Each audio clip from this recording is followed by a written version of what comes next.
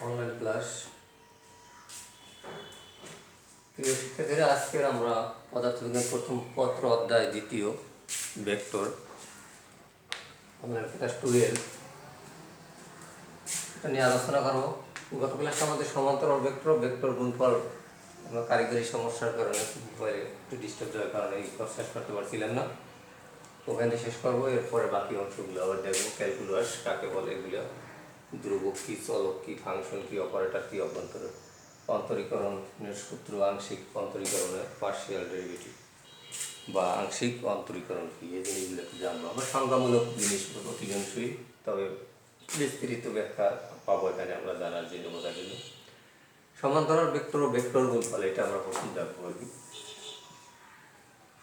সমান্তরাল ভেক্টর ও ভেক্টর গুণফল ওদিন আমরা একটা থিওরি জানছি, যেটা ছিল a cross b vector equal two i j a, এটা নির্ণয় format x a y a y a z dx dy dz, এটা ছিল জানছিলাম। তাহলে সমান্তরাল ভেক্টর ভেক্টর গুণফল, এটাই মূলত সমান্তরাল ভেক্টর বলা যায়। এটা ভেক্টর যদি দুইটা ভেক্টর এ ও বি হয়, এ একটা ভেক্টর ও বি একটা ভেক্টর, এদের মধ্যবর্তী এই দুটো ভেক্টর যদি একটাও নাল ভেক্টর না হয় এবং মধ্যবর্তী অ্যাঙ্গেলটা যদি থিটা হয়, তাহলে সেই ক্ষেত্রে আমরা বলতে পারবো অ্যাঙ্গেল থিটা যদি হয় A cross B vector equal to A B sine theta. এর মধ্যবর্তী অ্যাঙ্গেল থিটা হয় যদি, এখন যদি এ ক্রস বি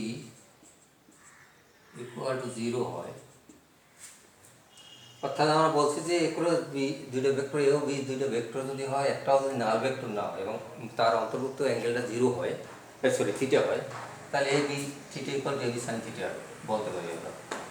কিন্তু যদি এ বি ইকুয়াল টু 0 হয়, তাহলে আমরা একটু লিখতে পারি A cross B equal to যেহেতু 0 equal to A B sine of theta equal to 0।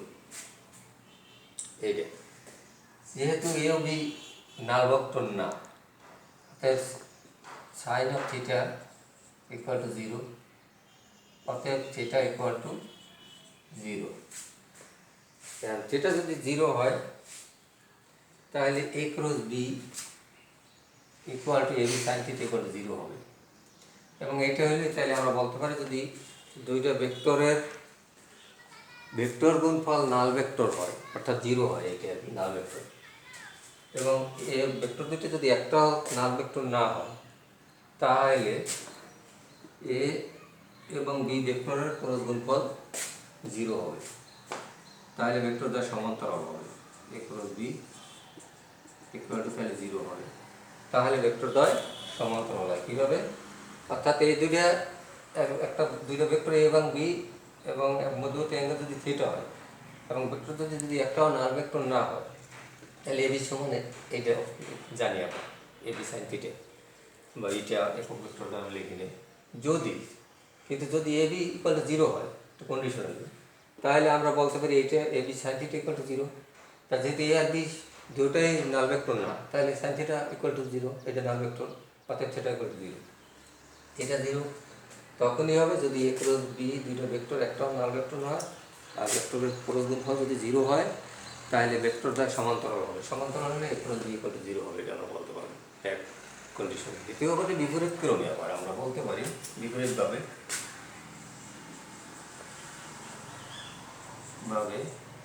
A cross B equal to sine theta, sorry A B sine theta, এইটা। কিন্তু থিটা যদি 0 হয়, তাহলে A cross B equal to 0 হবে, তাও হয়। তাহলে দুইটা ভেক্টর যদি নাল ভেক্টর না হয়, তাহলে অন্তর্ভুক্ত অ্যাঙ্গেলটা যদি 0 হয়, তাহলেও ভেক্টরটা সমান্তরাল হবে। এক কন্ডিশন হয়েছে দুইটা নাল ভেক্টর হবে না একটাও, এবং থিটা হবে, এবং সেই কন্ডিশনে এ ইকুয়াল টু জিরো যদি হয় তখন আমরা এই সাইন থিটা এই দুটো নাল ভেক্টর না, অতএব sine theta equal to zero, theta zero. এটা হলে বিপরীত ক্রমে আবার A cross B equal to AB sine theta theta যদি জিরো হয় তাহলে এ ক্রস বি জিরো হবে এবং সেটাও সমান্তরাল হবে। এই একটা কন্ডিশনের সমান্তরাল, এই একটা কন্ডিশনের সমান্তরাল। আরেকটা হচ্ছে ভেক্টরের উপাংশে বিভাজিত যদি হয় তাহলে সমান্তরাল হয়। সেটা কীভাবে?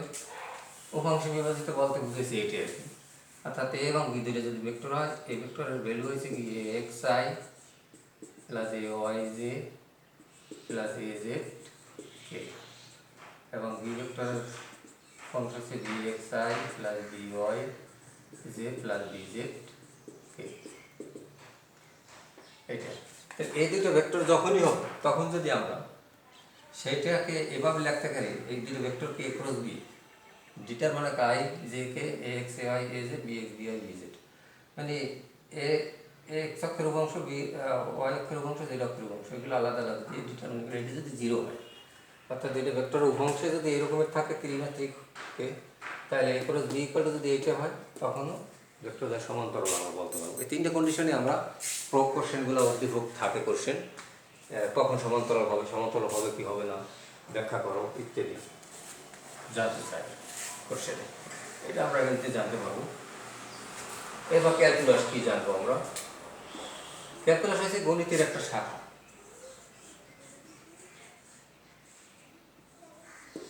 ক্যালকুলাস গণিতের একটা শাখা, আসলে গণিত বিস্তৃত অংশ নিয়ে, যেমন আমরা যে নীতি কত চিত্র আকারে ব্যাখ্যা করতে পারি, আবার বীজগণিতের ক্ষেত্রে আমরা কি কতগুলো সমীকরণ ইত্যাদি ব্যাখ্যা বিশ্লেষণ করতে পারি বীজগণিতের মাধ্যমে। একইভাবে ক্যালকুলাসের মাধ্যমে আমরা কোনো বস্তুর হ্রাস বৃদ্ধির পরিমাণ আমরা জানতে পারি বা ব্যাখ্যা বিশ্লেষণ করতে পারি। ক্যালকুলাস দুই ধরনের, একটা হচ্ছে তার অর্থাৎ বস্তু বা কোনো কিছুর পরিবর্তনের হার, ক্যালকুলাসটা পরিবর্তন হ্রাস হইতে পারে বৃদ্ধি হইতে পারে এগুলো। ক্যালকুলাসের দুই ধরনের, একটা হচ্ছে ব্যবকলন বা ডিফারেন্সিয়েশন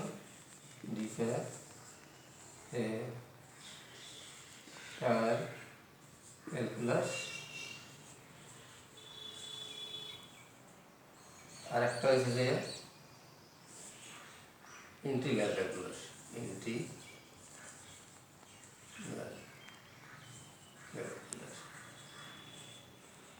ডিফারেন্সিয়াল ক্যালকুলাস যদি দুইটা রাশি থাকে, একটা সাপেক্ষে আর একটা পরিবর্তন হয়, তাহলে সেটা হচ্ছে ডিফারেন্সিয়াল ক্যালকুলাস, অর্থাৎ অন্তরকারী, অর্থাৎ একটি সাপেক্ষে আর একটি পরিবর্তনকে আমরা অন্তরীকরণ বলতে পারি। যেমন সেটা কি ডি ওয়াই ডি এক্স, অর্থাৎ এক্সের সাপেক্ষে ওয়াই এর পরিবর্তন, এটা ফাংশন অফ, আমরা ফাংশনে জানবো এটা আবার ওয়াই অফ এক্স বলে আর কি। অর্থাৎ স্বাধীন চলকটা কোনটা যেটা সাপেক্ষে, অর্থাৎ এক্সের পরিবর্তনে ওয়াই এর পরিবর্তন হবে, এটা স্বাধীন, আর যেটা তার উপর নির্ভরশীল সেটাকে অধীন বলে, ইচ্ছে অনুযায়ী পরিবর্তন করা যায়। আচ্ছা যাই হোক, এটা আমরা স্বাধীন অধীন চলকের ওখানে জানবো। তো ক্যালকুলাস হচ্ছে দুই ধরনের, একটা differential calculus, integral calculus. Differential calculus কোনো বস্তু পরিবর্তনের হারটা ডিপেন্ড করে, আর ইন্টিগ্রাল ক্যালকুলাসটা হচ্ছে কোনো বস্তু যেমন একটা ঘনক হতে পারে, একটা ত্রিভুজ হতে পারে, বক্ররেখা, ক্ষেত্রফল হতে পারে ইত্যাদি সংযোজন করবো আমরা, যোজন যোগ বিয়োগ যোগ করে এবার ঘনক বস্তুর ক্ষেত্রফল নির্ণয় করে ইন্টিগ্রালের মাধ্যমে। যোগ বিয়োগ জানবো না, তখন সেখানে আমরা জানবো আর কি। তো যাই হোক, এটা হচ্ছে ক্যালকুলাস, একটু ধারণা পাইলাম। এরপর হচ্ছে কনস্ট্যান্ট বা ধ্রুবক। ধ্রুবক কী জিনিস? এই ধ্রুবক হয়েছে যে আসলে কনস্ট্যান্ট, যে সকল রাশি সময়ের সাথে অপরিবর্তনশীল থাকে, স্থির থাকে, তাকে কনস্ট্যান্ট বা ধ্রুবক বলে। যেমন একটা পাই মান বেলু, ই বেলু, এগুলো সবসময় কনস্ট্যান্ট, অর্থাৎ যে সকল রাশি সময়ের সাথে অপরিবর্তনশীল চলন, এই ধ্রুবক বলে। আর চলক হচ্ছে যেগুলা পরিবর্তনশীল রাশি, যেমন X Y Z U V W ইত্যাদি পরিবর্তনশীল রাশি, স্থির নয়, সময়ের সাথে পরিবর্তনশীল যেগুলি সেগুলোকে ভেরিয়েবল বা চলক বলে। এবং ফাংশন বা অপেক্ষক, যেটা বলছিলাম যে ফাংশন বা অপেক্ষক, দুইটা রাশি যদি থাকে, একটি সাপেক্ষে আরেকটি পরিবর্তন কিছু ফাংশন হইতে পারে, সেটা যা এই দুইটা রাশির একটা সাপেক্ষে একটা পরিবর্তন, একটা ইচ্ছে অনুযায়ী পরিবর্তন করা যায়, আর একটা স্বাধীন ইচ্ছে অনুযায়ী পরিবর্তন করা যায় না, যায় যেটা সেটা স্বাধীন, আর যেটা যার উপরে নির্ভরশীল সেটাকে অধীন রাশি বলে। অধীন রাশিটাকেই স্বাধীন রাশির অপেক্ষক বলা হয়। এই যে ফাংশন অফ অধীন, এখানে বলছে এক্সের সাপেক্ষে ওয়াই পরিবর্তন, এক্স পরিবর্তন হলে ওয়াই হবে, তাহলে কি এক্স স্বাধীন আর ওয়াই অধীন, তাই অধীন চলককে স্বাধীন চলকের অপেক্ষক বলে, ওয়াই অফ এক্স, এটা হচ্ছে অপেক্ষক বা ফাংশন। এটা হচ্ছে ফাংশন বা অপেক্ষক এইটা। আর এরপর আছে যে অপারেটর। অপারেটর কি? অপারেটর হচ্ছে যেমন কতগুলো রাশি আমরা জানি, এ বর্গ স্কেলার, তারপর বর্গমূল, রুট, এগুলো নিজস্ব কোনো অর্থ নাই, কিন্তু যখন একটা রাশির উপরে অপারেট করা হয় তখন একটা অর্থ পরিবর্তন হয়। যেমন 4 বর্গ 16, 64 বর্গমূল এই ইত্যাদি, এগুলো হচ্ছে অপারেটর। অর্থাৎ কি, তাহলে কি বোঝায়, যার নিজস্ব কোনো অর্থ নেই কিন্তু একটা উপর নির্ভরশীল। তা যে গাণিতিক ক্রিয়া একটা রাশিকে অন্য রাশিতে রূপান্তর করতে পারে সেটাকে অপারেটর বলে। যে গাণিতিক ক্রিয়া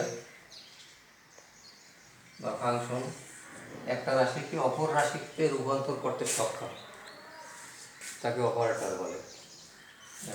ভেক্টর অপারেটর, তারপর পার্সিয়াল অপারেটর, আংশিক অপারেটর যেটাকে বলে, ব্যবকলন অপারেটর ডিএক্স, এটা অপারেটর।